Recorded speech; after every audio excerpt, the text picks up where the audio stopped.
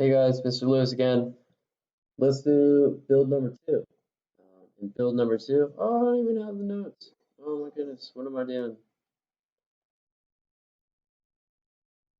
There we go. All right, build number two, we're looking at the serial monitor, at a button, and logic. All the basic stuff. So again, you have all your directions and all that sort of stuff. But I'm going to be showing it to you virtually because you can't see me right now. Okay, so you guys are going to need LEDs, buttons, resistors, and then a bunch of wires. So let's take your LED. Let me zoom in here real quick. Whoops. Notice that there is a positive and negative side to the LED. We are going to plug it in. Okay, so the positive side I have plugged into row 8, and the negative side is plugged into row 7. All right, so just like last time, I'm going to plug this into, ooh, it's a black wire. We don't want a black wire. Let's use a different color. Let's use turquoise.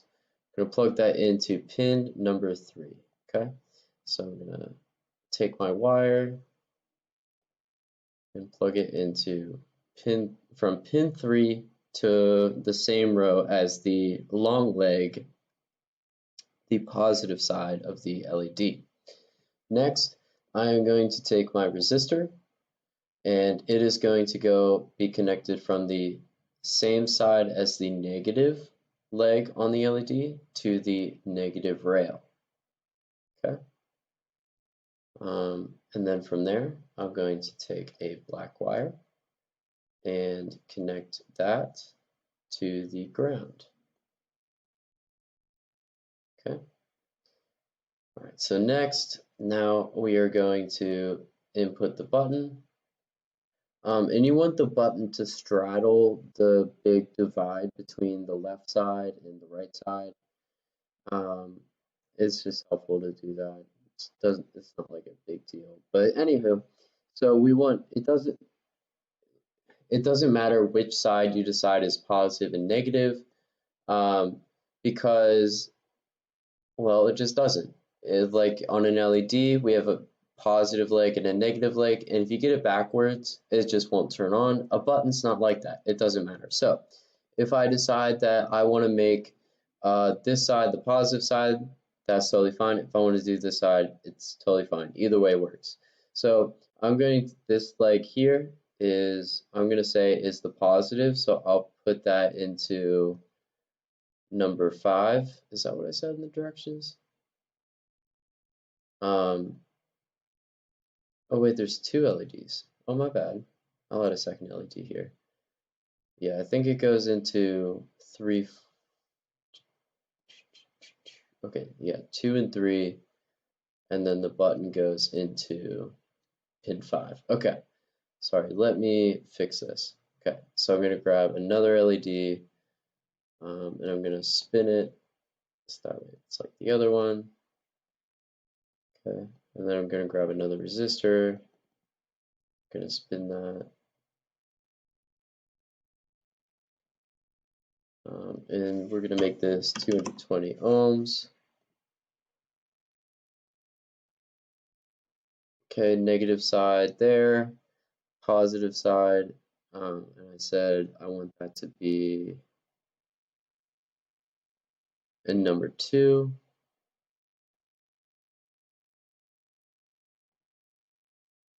There we go. Okay, so I have 2 LEDs wired up, one into pin 2 and one into pin 3. They both have their positive sides leading to the pins and their negative sides going into resistors into the negative rail. The button is connected to pin number 5, and then the negative side I'm going to connect to the negative rail as well. So basically this connects the negative rail, you can see connects the resistor from LED 2, the resistor from LED 1, and the button, and they all collect into this one wire and go back to the same ground. You'll notice we do that in every single build. You always have to collect all the negatives in the same place, and they all go to the same grounding point. That's very important. It always happens. Okay. But the positive sides where we basically send data, send and receive data, those all have to be separated. Okay. So we got the build set up. Now let's code it. All right. So let's give ourselves a space. First thing you always want to do is add a comment to describe what we're going to do. So we want Arduino to make LEDs blink when a button is pushed. Let's set some goals. So goals number 1, use if statement. So LED, so Arduino waits until button is pushed to flash LEDs. Goal number 2,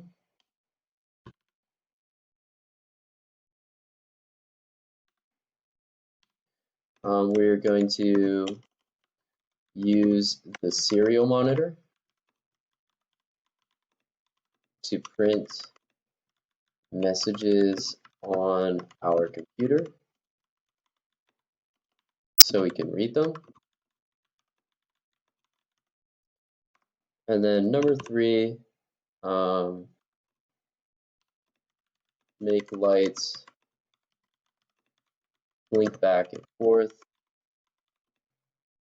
because it's cool. All right. So step 1, we need to tell Arduino what is plugged into it. All right.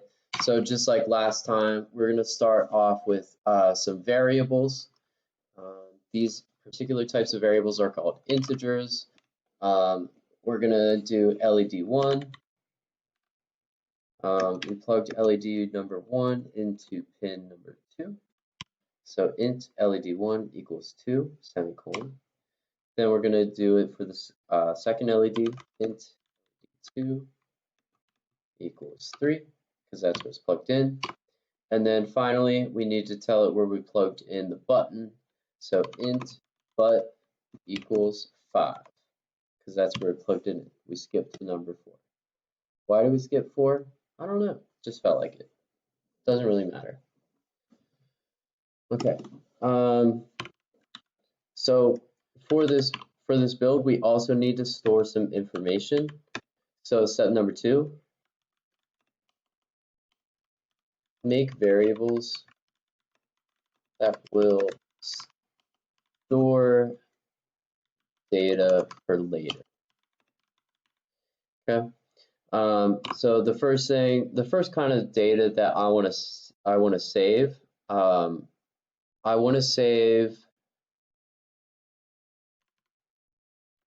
want to know how many times I hit the button. So I'm going to make a variable to save that data.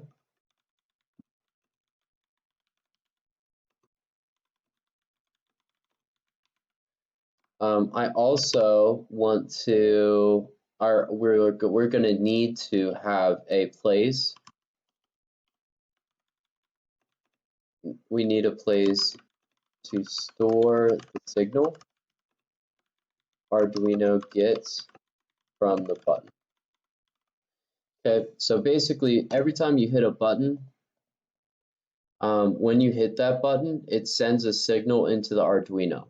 If you just give the Arduino a signal but don't tell it what to do with it, it's like just gonna lose it. It's gonna be like, I don't know what to do with this. I don't know what you want me to do with this, dude. And it's gonna drop it and forget about it and never do anything with it. We need to give it a place to put it. Okay, so that's why we make variables, because they are places where you store information. So we're going to make an integer. In this integer, we're going to call this the but state. because this is the state of the button. And we're not going to put anything in there right now. We'll figure out how to put stuff in there later.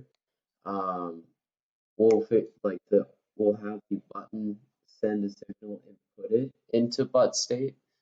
But for now, we're just going to leave it empty. Next, we're going to have an integer. We're going to call this one but count.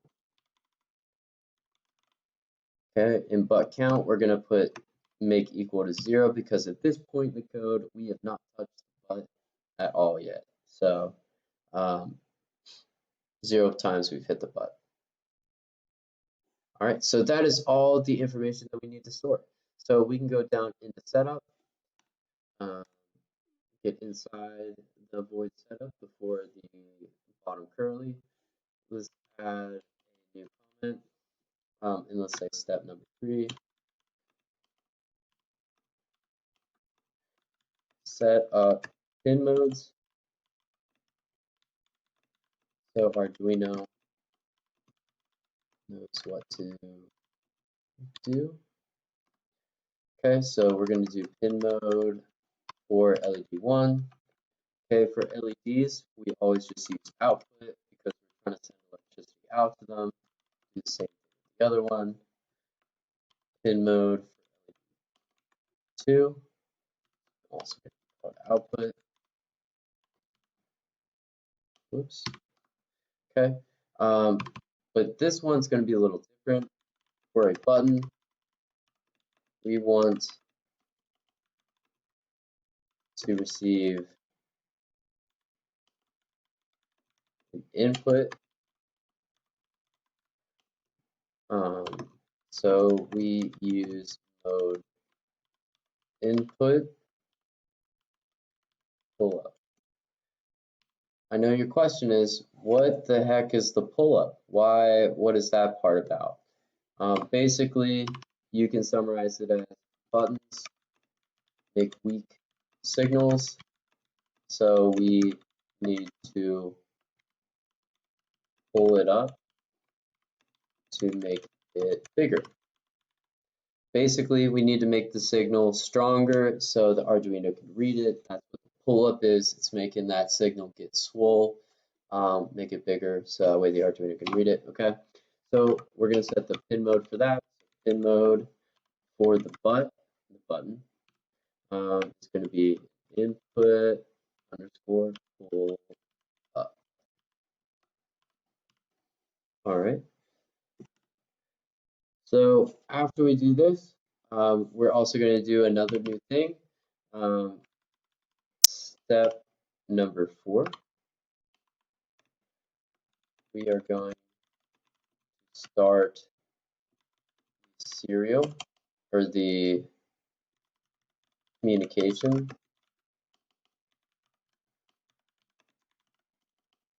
between Arduino and our computer.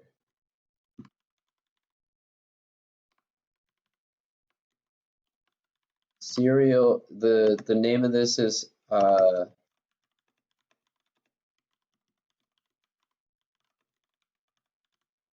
so serial is the name of the communication channel between an Arduino and a computer. Actually, it's like just straight up like serial is like another name for a USB port. They're like serial ports, so like that's why, like that's how they're communicating. It's going through the USB.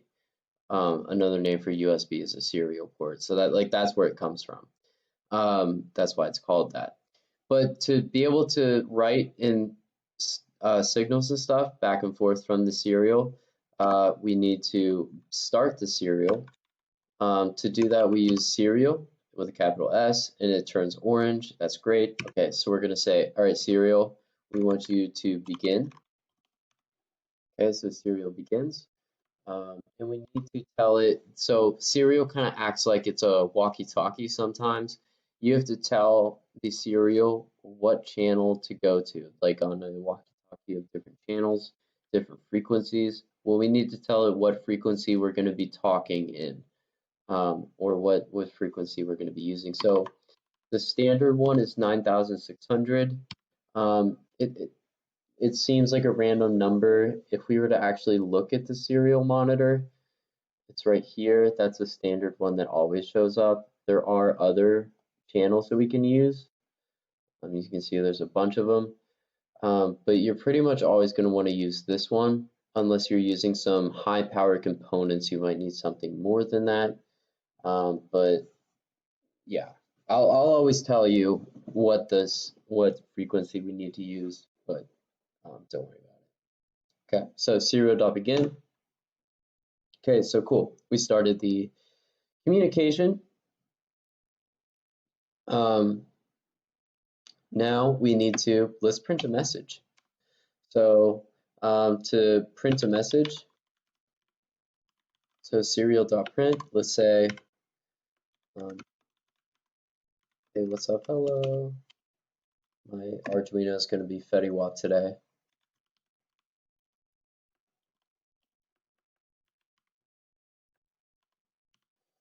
Okay, and if well, let's just check it. Let's see if that all works. So verify, what am I going to call this? I think butt stuff would not be appropriate, so let's just call it button stuff.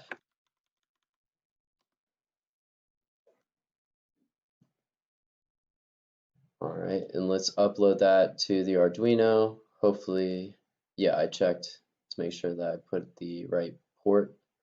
Okay, so it uploaded. Let's check our serial monitor. Oh, look, our Arduino talked to us. All right. Let's see if we can get it to say some other stuff.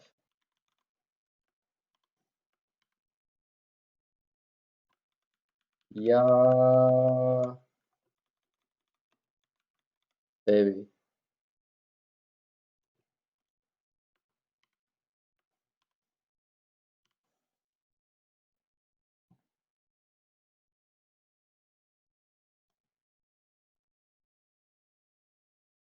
Nice. Uh-oh. Well, that's weird. There's no space in between. What can we do about that? Well, what if we made a new line? Instead of having this print, like it's going to print this sentence and then print that, what if we printed a new line in between? Well, here's how you do that. Instead of using serial print, what if we said serial print line? It doesn't like that. But if we take out the I and the E and abbreviate line as LN, then it will work and print it as, like, it's going to print this and then it's going to make a new line and print that.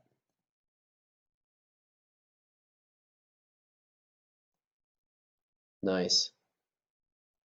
All right, cool. And last thing that we're going to do, and let's print a number, let's add a space there. What if I'm going to make a new, so up here, I'm just going to make a variable.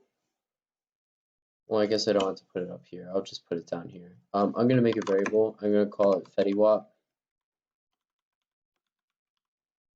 And I'm going to make it equal to 1738.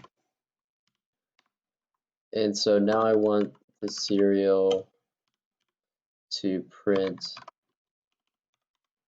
I want it to print FettyWap.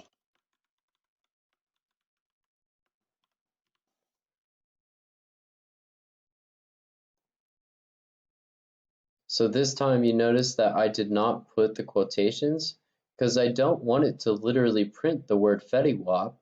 I want it to print this number. Hey, it worked. 1738.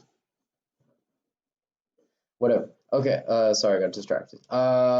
Next thing, let's step 5. Still in the void setup. We're still setting things up. Oh my goodness, this is gonna be a long video. Okay, I'm sorry about that. So void setup, number 5. We are going to run a test to make sure lights are connected. All right, so here's how we do that. We did it actually last time, so this should be pretty easy here.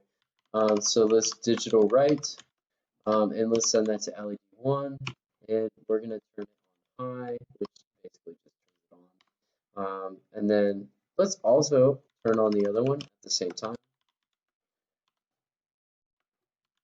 LED2, we're gonna turn that one on high, and let's delay for 1 second. Okay, and then we're going to turn them on.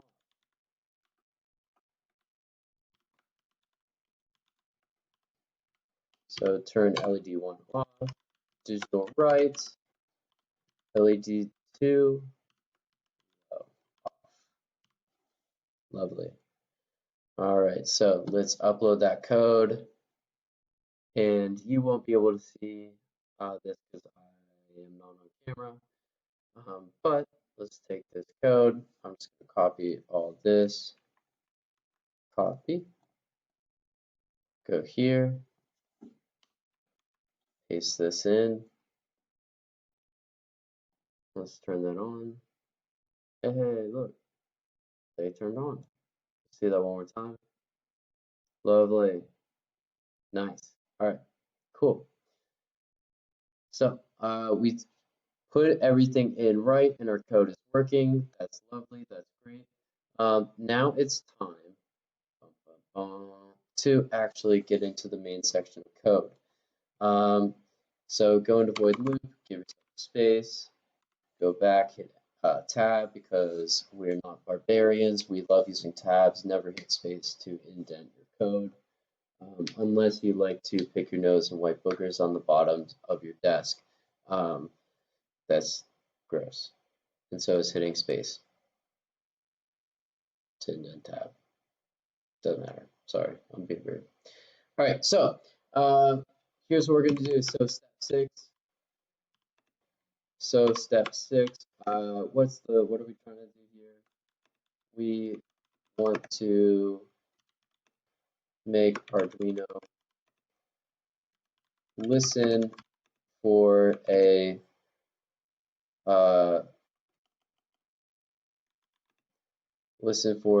the button to be pressed. Well, here's how we do that. We're going to use a new command. Instead of like here, we digital write. We are sending a signal out. Well, what's the opposite? So writing sends a signal out. We're going to do the opposite. We want to read a signal. We want to receive a signal. So we're going to use the digital read signal.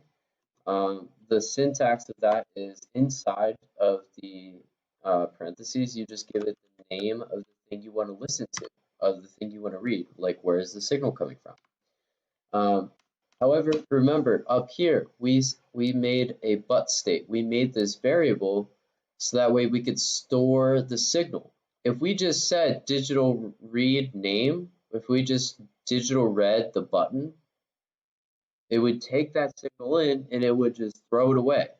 So a big important caveat here is you need to set a variable equal to this command. So what does that look like? Well, let's say we want to store the signal that we receive in but state. So we're going to say make but state equal to the signal that we read from the button. So whatever signal is received from the but is going in this little box that we call but state. Okay? Isn't that great? So this wouldn't show us anything, even if we could. It would just store data in there. So there's nothing for us to see. So what we're going to have to do now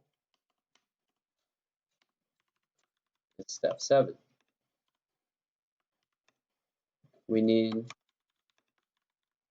Arduino to read Need Arduino to flash LEDs when the button is pressed. Okay, so basically we're going to use something called an if statement to check if button is pressed. The way this works is normally the button signal will read as high, meaning the button is like up in the air, it's reading high. A press button will send a signal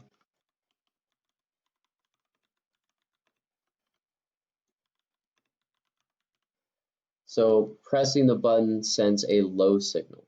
So what we're going to say essentially in regular words is if the but state, the signal received from the button is equal to low, then make lights flash.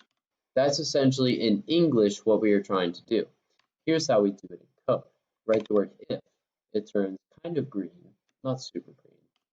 Okay, open a parentheses. We're going to write but state because that's the thing we're interested in. We're going to write equals equals low. Then we're going to end that parentheses. We're going to open a squiggle. And so essentially what we're saying is if but state is equal to low, if the signal we received here that we put in but state is equal to low, then we're going to do something in here. So in here, let's say digital write LED 1, let's turn that one on. Let's wait for half a second. Turn this one off. Turn LED 1 on, wait half a second, turn it off. Oops, forgot a semicolon. Then immediately turn on LED 2.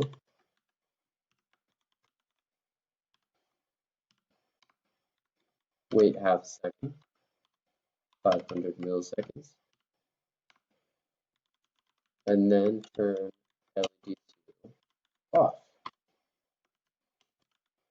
Oh my goodness, I can't type today.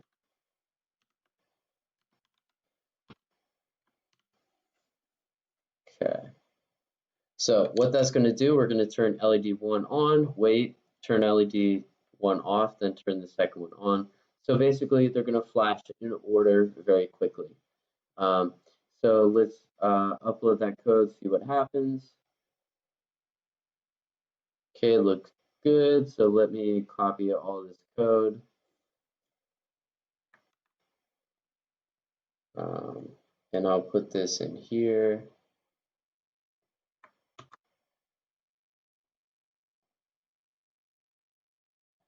Okay, so we can see the lights flash. And if I hit the button, oh, you can see that they blink, blink. If I hold the button down, it's just going to keep doing that forever. Cool. Isn't that fun?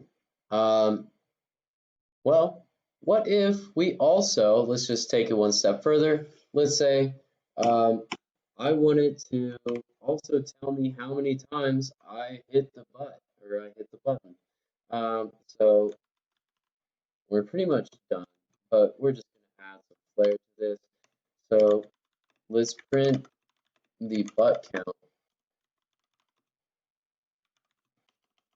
to see how many times the butt. So we're going to print something to the serial. And we're gonna print this in a new.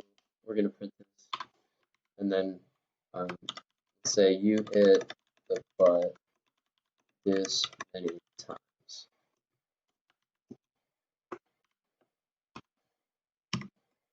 Okay. Then we're gonna serial the print ln because I wanted to print a new line every time, and I wanted to print the butt count.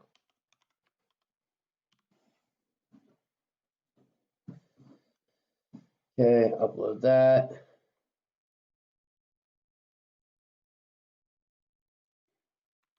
Copy.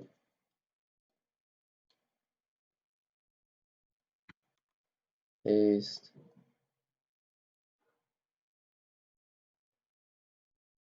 Where is...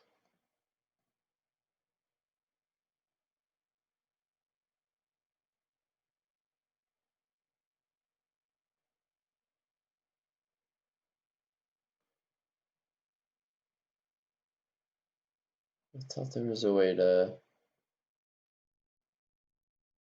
check the serial monitor.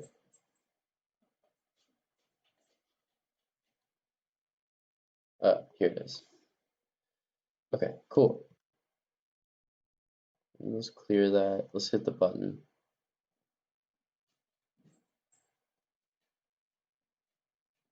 And you see down here, so this is serial monitor.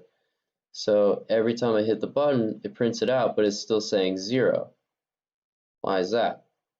Well, we're not actually in no place here are we actually changing the value of butt count. So real quick, let's just say every time this happens, we're also going to say butt count is equal to butt count plus 1. So we're adding 1 to the butt count every time. And I know that's going to work because, whatever. I got to stop the simulation to edit.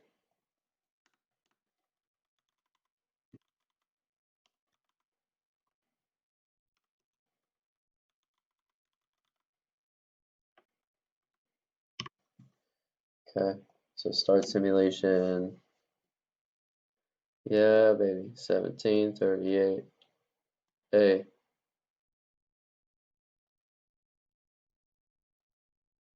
Hey, look, I hit the button. Oh my goodness, isn't that fun? Cool. All right, I made this video excessively long. I apologize for that.